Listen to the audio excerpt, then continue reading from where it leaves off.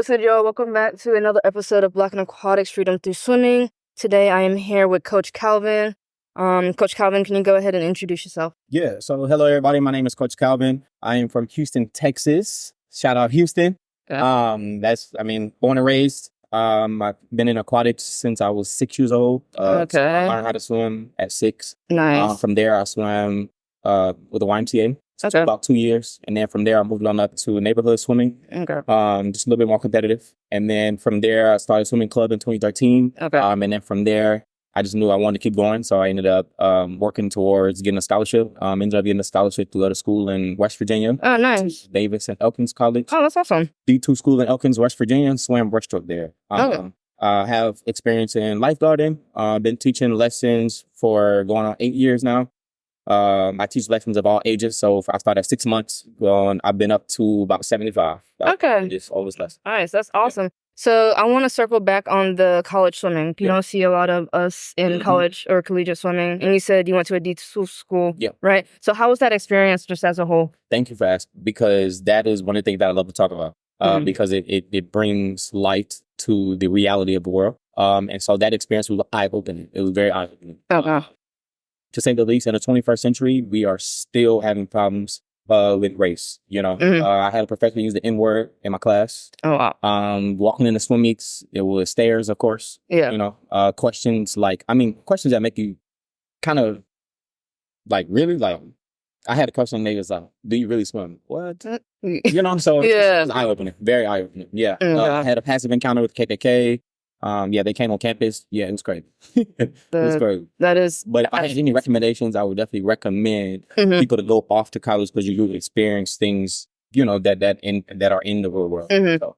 Do you recommend, obviously, I'm a big proponent of education, recommend college. It's good to stay in your own city, in the city that you grew up. Would you recommend just going off to other places, if you can, especially if you have the opportunity, say with the scholarship? Absolutely, I would, and because I learned so much more about myself and about the real world than I truly did in college. Coming from an educational standpoint, yes, I learned what I was supposed to learn. I studied fitness, nutrition.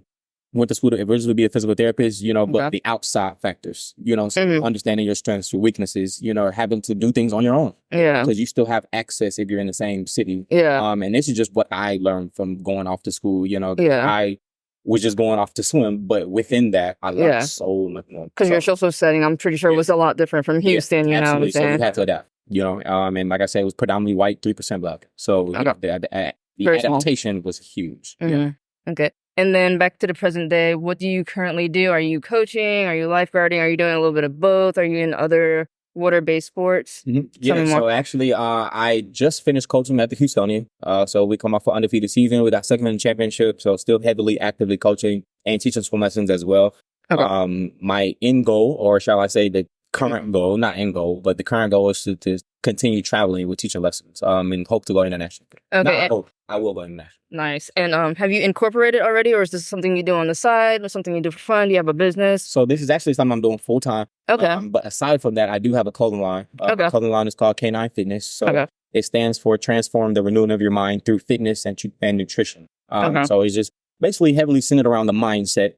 And being able to be in the gym and stuff like that allowed me to be myself, help me with my mental health. And I'm a big advocate for mental health. So yeah, I feel like that's something that we definitely have to speak on more about in the space. I try and speak up as much as I can about mental health awareness and stuff like that. Especially as someone who, struggles with that. Yeah. So, that's good. And then would you say being in the gym and doing your nutrition, that helps you out in the pool? Absolutely. Absolutely. It's a direct correlation, so what you're eating definitely affects just how you feel. And it's not even in the pool. It's just in general, but the pool was my avenue to being able to actually learn how to eat right, So that's what it was for me. The first reality check was when I took my first nutrition class. And that's when I learned that the correlation definitely, is there. It's there. Absolutely. Okay, and I think that's pretty much all I have. Do you have any questions for me, or if there's anything else you want to put out there and let the people know? I would say in conclusion, just to continue to stay aligned with your goals. A lot of people, especially when you're in alignment, a lot of people are going to come and they're going to try to deter you, and that may not be in the worst form. It may be of just offering you a job opportunity that's aside from what you're doing. It may be a phenomenal opportunity. Stick to what you're doing. Yeah. Stay focused, you know, and your goals, and don't be so result driven. Because if you outwork the goals that you had for yourself, you know, with the results will be bigger, you know. So in conclusion, again, just don't limit yourself. That's all. Awesome. Thank you, Coach. No problem. All right. Appreciate it. No problem.